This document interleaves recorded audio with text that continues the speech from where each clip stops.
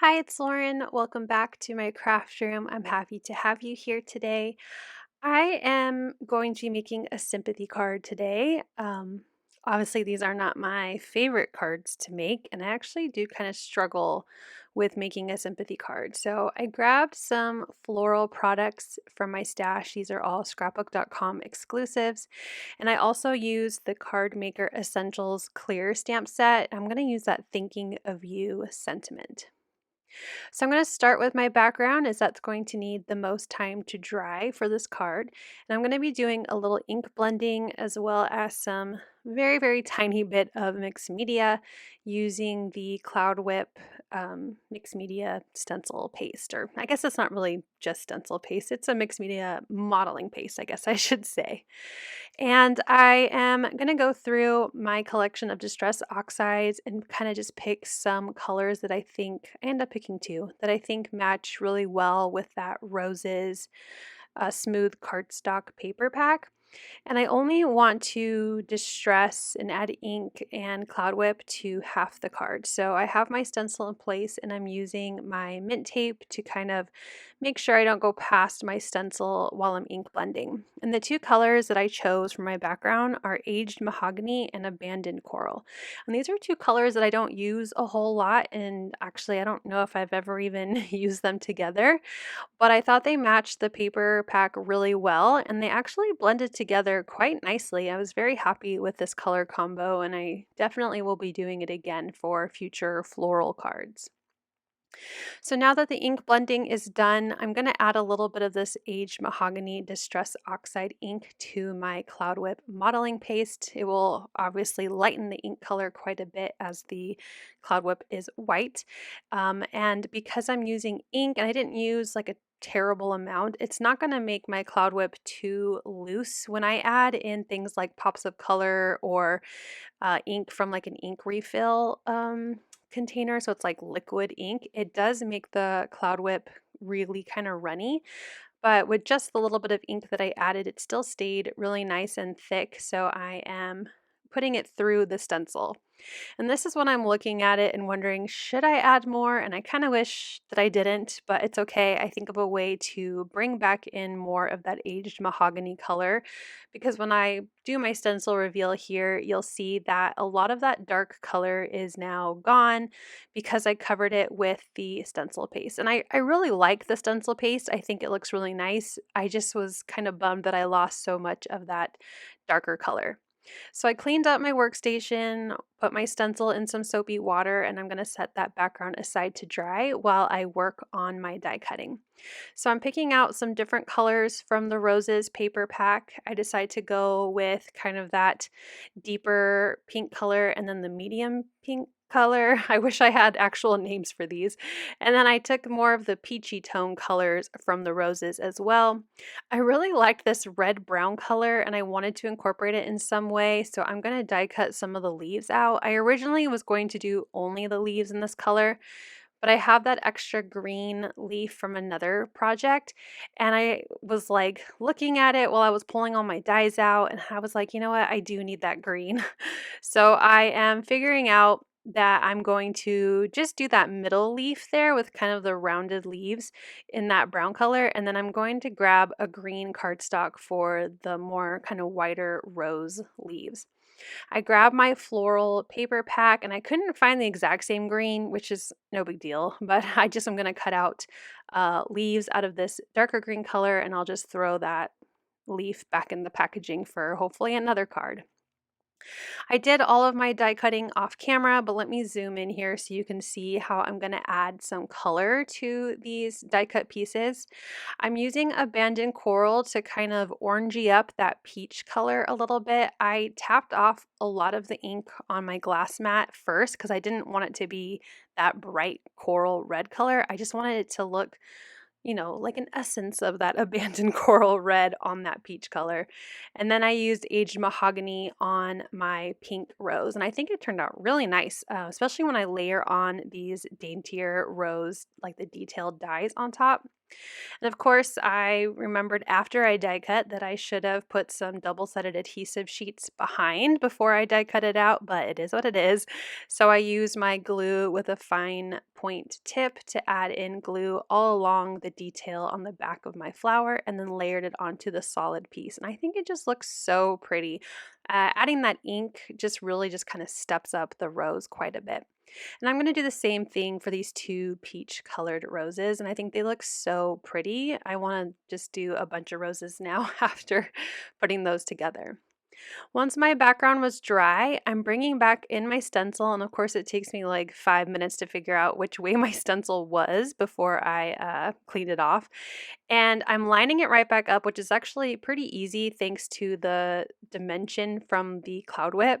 And I'm bringing back in my aged mahogany dome foam blender. I didn't even add any ink, but I just put some ink on top of the Cloud Whip to darken it a little. It doesn't have like the most smoothest of texture because I'm adding ink on top of texture, but I think having just a little bit more of that dark pink color, the aged mahogany, makes me happy because I was so sad that I covered so much of it, and now I think it looks really nice, like it's blending in between three different shades of, pinkish red. So now it's time to stamp my sentiment. I'm grabbing my Misty and using my magnets to keep my cardstock in place, and I did put it all the way to the bottom right corner, so just in case I have any issues with stamping my sentiment, I can just shove it right back into the same corner, and I know it won't, completely mess up my stamping. So I made sure I had my sentiment centered to my card as best as I could, and I grabbed my VersaFine Clair ink in, I think it's Chianti or Chianti. I feel like I should know how to say that word, and I'm probably going to Google it after filming or after doing the voiceover on this, but it's a very wine color, and I stamped my sentiment right onto the background. Now, this ended up being a little more purplier than I was thinking in my head that I wanted, but I still think it looks very pretty and complements the colors of this card still really well. Now that I have my background, it's dry and stamped, I decided to use my trimmer from Tim Holtz that adds that kind of ripped look edges to it. It's the Deckle Torn Edge Trimmer from Tonic Studios and Tim Holtz. And I am just going to trim off on all four sides, and I'm trimming my background to be now 4 by 5 1/4. So it'll be slightly smaller than the an A2 size card. So that way I will have a background color once I assemble my card together. So just following the guide as best as possible. What's nice about using this Deckle trimmer is that if it's not entirely straight, it doesn't really matter because it's supposed to have, a more rough edged look. So I just trimmed it down, still doing my best to make sure my sentiment was straight and centered. And now I'm going to kind of get an idea of how I want to layer my flowers and my leaves. And as I did that, I realized that my leaves looked a little plain. So I'm going to do like I do with a lot of my die cuts. I'm going to grab my alcohol markers and just add a little bit of color. So I've zoomed in here so you can see how I'm just flicking on some green alcohol marker that I thought matched the paper fairly well. And same with the kind of reddish brown little dried leaves. And I'm not being very precise in this. I'm not even going to blend it because a lot of it is going to be covered by my flowers, as you can see here. And I just think it gives it a nice kind of messy look. And as much as I wish I was better at mixed media, I am not a big mixed media person. I like clean and straight.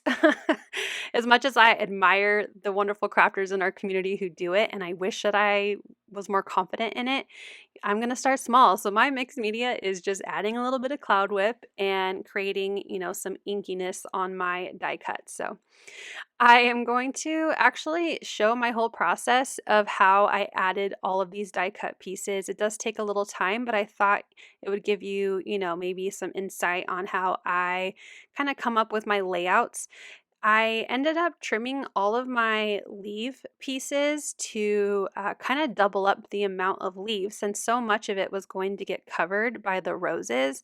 I figured I might as well trim it down and add in those pieces that you can't see to a more visible spot. So just using my little scissors and trimming down any of the pieces that kind of, stick out weird because I cut it, and just adding it and creating more of a fuller bouquet with these leaves.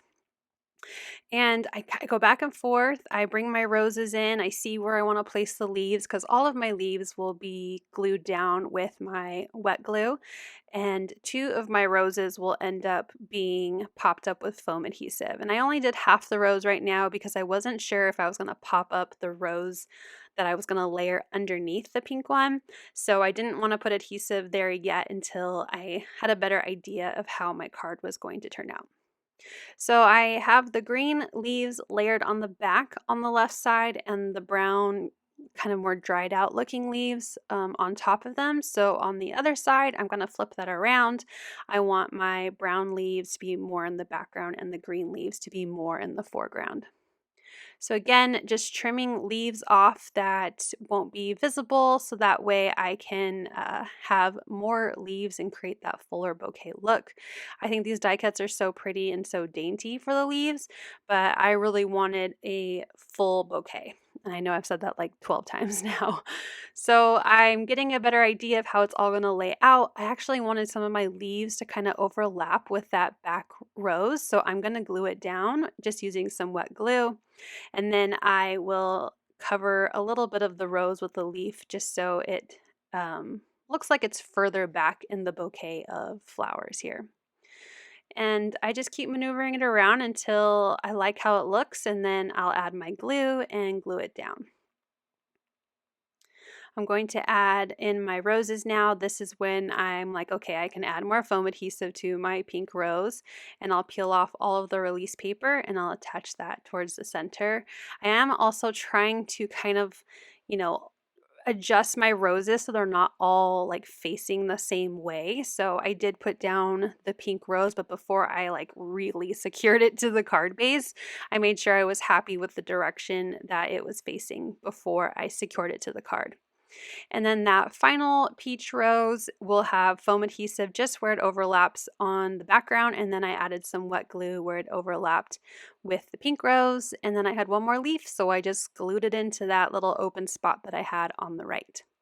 I'm just curling up the very points of my leaves just to give them a little more dimension, and I think it turned out really nice. I'm really happy with how this card is coming along. And now I'm going through my roses paper pack and trying to figure out what color I want to be my background.